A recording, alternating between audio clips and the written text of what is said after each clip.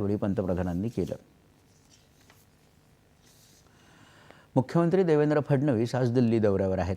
केंद्रीय गृह मंत्रालयात फडणवीस यांच्या उपस्थितीत केंद्रीय गृहमंत्री अमित शहा नव्या फौजदारी कायद्याच्या महाराष्ट्रातील अंमलबजावणीचा आढावा घेतला।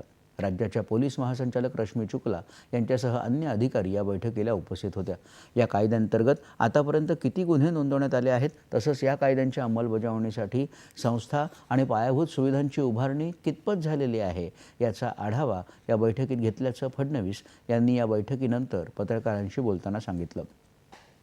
महाराष्ट्रात तीनही कायद्यांची अंमलबजावणी चांगल्या प्रकारे सुरू असून फॉरेन्सिक सुविधेसाठी पायाभूत सुविधा मोठ्या प्रमाणावर उभारल्या जात आहेत। पुढल्या 6 महिन्यात महाराष्ट्रात हे फॉरेन्सिक जाळं तयार होईल असं त्यांनी सांगितलं। नव्या कायद्यांच्या अंमलबजावणीच्या दृष्टीनं 90% कर्मचाऱ्यांचं प्रशिक्षण पूर्ण झालं आहे असं ते म्हणाले।